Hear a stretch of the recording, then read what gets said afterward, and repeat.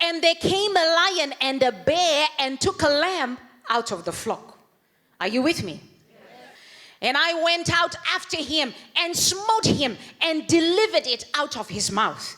And when he arose against me, I caught him by his beard and smote him and slew him. Do you see that?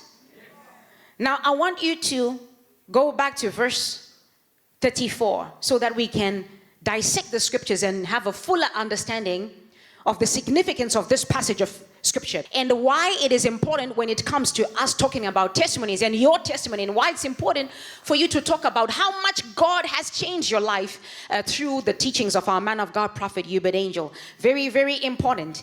Now, if you look at it again, it says, David said unto Saul, and he starts giving him his testimony. There was a giant that he was facing, but it was so important for David to justify why he was saying he could take on the giant. And the only way he could do that was tell him his testimony. It says, thy servant kept his father's sheep. And while I was keeping my father's sheep, there came a lion and a bear, and they took a lamb out of the flock.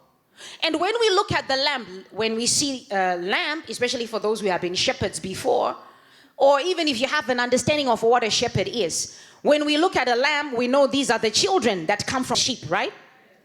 So the sheep give birth to lamb, right? And so he's saying there came a lion and a bear and took a lamb out of the flock.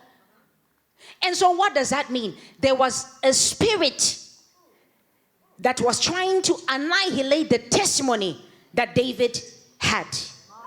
Because if there are no lamb, David has no progress. He has no testimony. He has no results of what he's doing as a shepherd with his father's sheep.